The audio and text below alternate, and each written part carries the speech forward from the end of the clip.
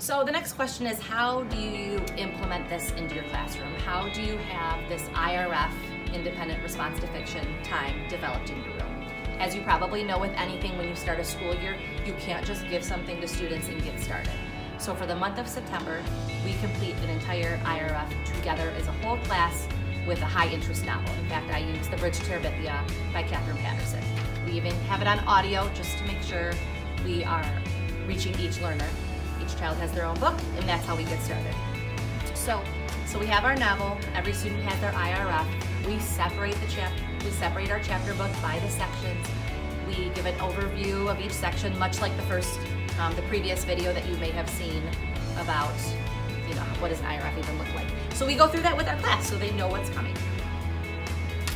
As we complete our I.R.F, as we listen to our chapter book, we talk a lot about stamina and how stamina is being able to do something, anything, for a certain period of time without giving. So while we are completing our first I.R.F together, I'll throw in many mini lessons here and there to prepare them for their first I.R.F in October.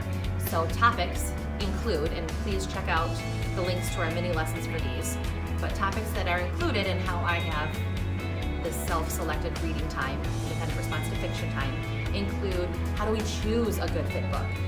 Where are we sitting? Where are we allowed to sit in the classroom? What our posture should look like? The atmosphere of our room, what it's going to sound like, what it's going to feel like, what the students are doing at this time, what I am doing at this time. How our classroom library functions. If you would like a book, how do you check one out? How do you get a book? What our eyes are doing. What should I see happening?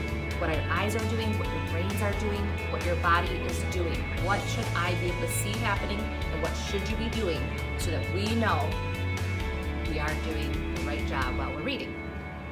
We'll talk about reading stamina. We're going to track reading stamina. We'll talk about our reading fluency.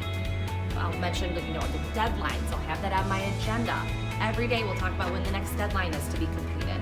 Of course, they'll know how to split their book up into sections, and we spend a lot of time, and I'm sure many of you do too, talking about a growth mindset versus a fixed mindset. As we explained, this is a vigorous program. It really will bring your readers to the next level. It really will pull your lower readers up to where they need to be, but it's challenging. And when something that is challenging for some students, not all students, we talk about a growth mindset a lot and what that looks like versus a fixed mindset. So I encourage you to kind of get your game face on and be ready to implement this in your classroom too. I promise you, it was life-changing for us as teachers.